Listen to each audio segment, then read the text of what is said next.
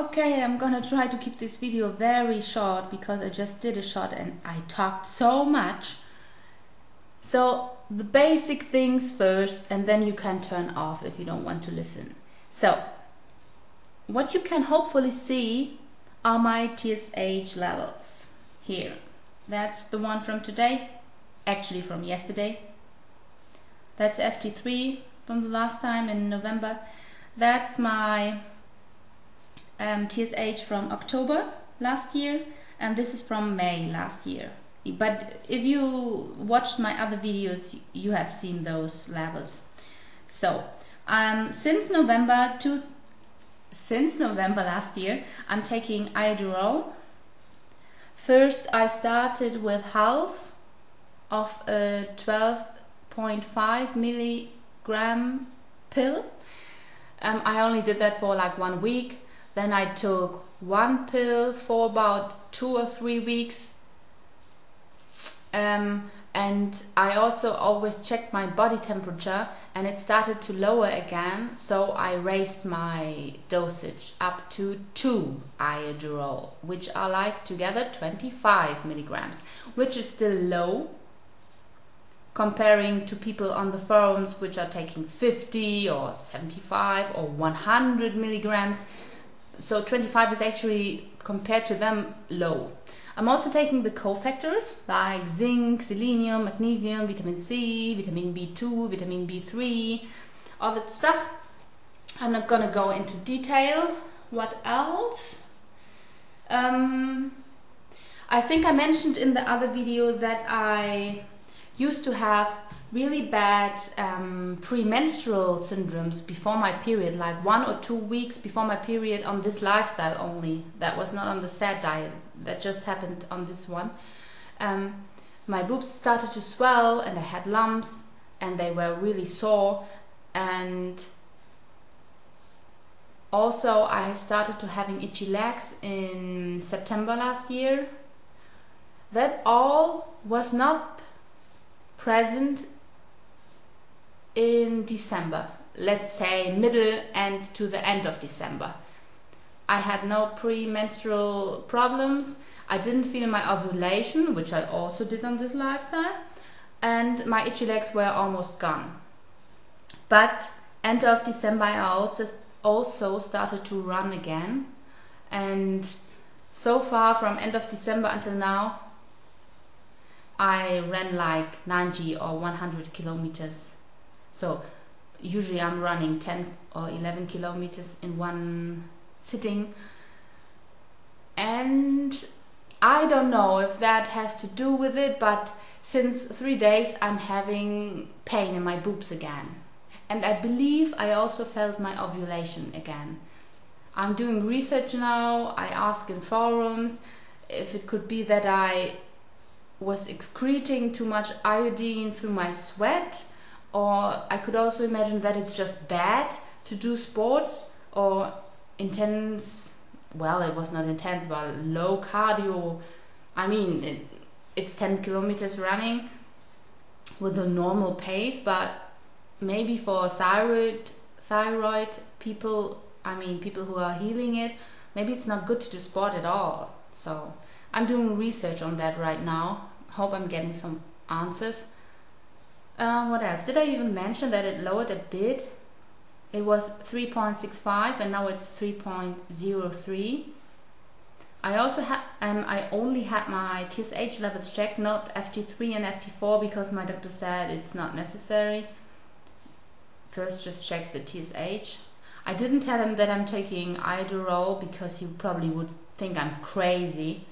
He already thinks I'm crazy doing vegan and seeing that my TSH is fucked up like this. So you can imagine what he would think if I tell him that I'm taking Iodoral. What else? I also had, can you see it here? Yes. I also had my cholesterol checked just because I was really curious, because I raised my fat intake. Here I used to have like 7 or 8% of fat, and that was mainly because I was adding avocado to my salad. I believe this was also, let me see, no, this was more like no overt fats, because I had a phase where I didn't do overt fats at all. That was this, and actually this one too. I had no overt fats, but you can see that it almost didn't change. Here right now I'm eating about 15 to 20%. 20 is rarely, it's usually about 15, I would say 15% fat, and that is because I'm adding like 100 or 150 milliliters of coconut milk, because someone on my previous video told me to add coconut fat, coconut oil, to my diet to, I believe he said, to lower the triglycerides. I'm not quite sure, or to make this all better. And I also did research online which said it helps to make your thyroid function well again. I know a lot of you are against coconut because of the saturated fat and so on, but I just thought give it a try, it can't get worse. So, and obviously it didn't get worse in 3 months because the levels are pretty much the same. I hope you can see the numbers. I won't read them all, or will I? When I see it on the screen, it's really not so visible. Okay, whatever. 179 to 181, that is the total cholesterol. I find that still very high, considering that I'm vegan. I mean, some probably have 100. So I guess there's also a genetical thing going into this, because quite a few people in my family have high cholesterol. So I cannot imagine that I'm ever gonna have 100 or something like that. Okay, the next is HDL. It went from 46 to 54. The LDL went from 128 to 122. They lowered a bit. And the triglycerides went from 98 to 91. They also lowered a bit, but it's not a lot after all. Oh, I also wanted to show you my hematocrit and hemoglobin, but I don't know if I can. Can I? Here we go. So, I believe, when was this? October. I believe in this time I used to have banana smoothie in the morning, and my blood was taken almost always about 11 o'clock before lunch. And it was 15, the hemoglobin, and the hematocrit was 44.4. So now it's usually like this. I'm waking up and I'm drinking 1 liter of filtered warm water, and afterwards I'm having a banana smoothie or I'm eating a whole honeydew. I believe yesterday I had a banana smoothie. About 4 bananas. Yes, I'm not eating as much as you. 4 bananas and 500 milliliter water or something. So, and my blood was taken all again about 11 o'clock, so like 3 or almost 4 hours after drinking that. It lowered, obviously. Hemoglobin used to be 15, is 14 now, and the hematocrit used to be 44.4 and is 40.8 now. Okay, can you see those? No, wait, I have to go a bit. This is where I wrote what's the, how to say,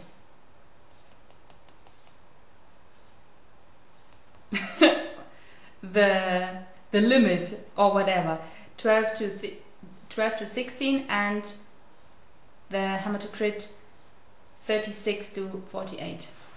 Okay,